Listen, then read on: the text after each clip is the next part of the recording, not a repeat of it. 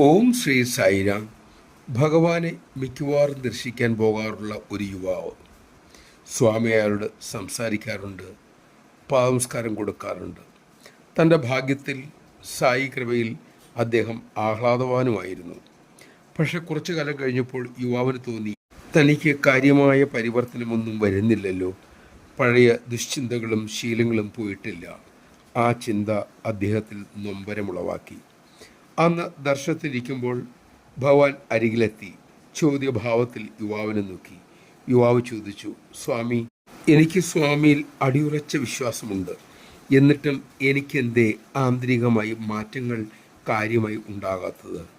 ഭഗവാൻ കരുണയോടെ അരുളി, ഞാൻ നിന്നിൽ അപാരമായി കൃപ ചൊരിയുന്നുണ്ട്. പക്ഷേ അത് നിന്റെ ആന്തരിക വാസനകളുമായി മാലിന്യങ്ങളുമായി കലർന്ന് നിനക്ക് സ്വീകരിക്കാൻ സാധിക്കാതെ പോകുന്നു. യുവാവിന് കാര്യം മനസ്സിലായി.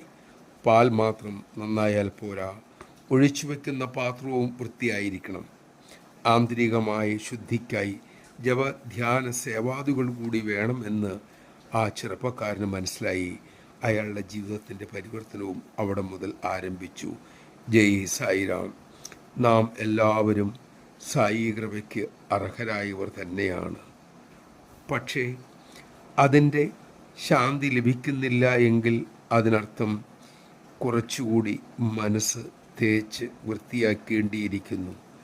അതിനായി ജപ ധ്യാന സേവാദികളിൽ മുഴുവൻ നമുക്ക് സാധിക്കട്ടെ.